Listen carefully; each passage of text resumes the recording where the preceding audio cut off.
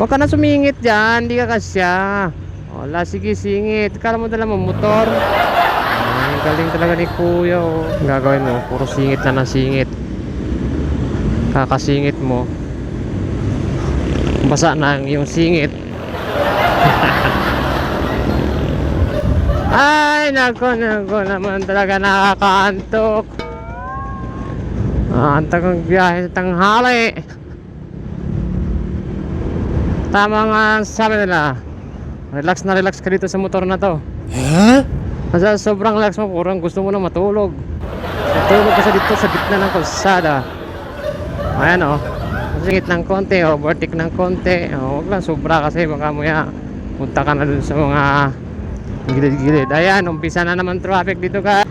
Yung harurot ka ng harurot, na over the backward na, sumampa ka na sa ibang sasakyan, di ba?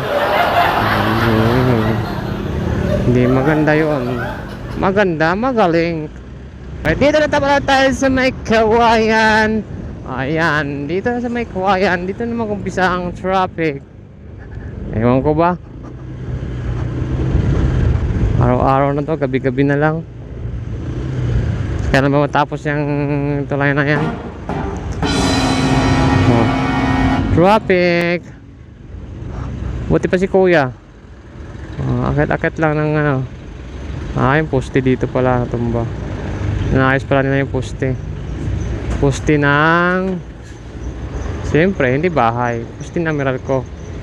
Huwag ka na sumingit dyan, hindi ka kasya. Wala, sige singit. Kala mo dala mo motor.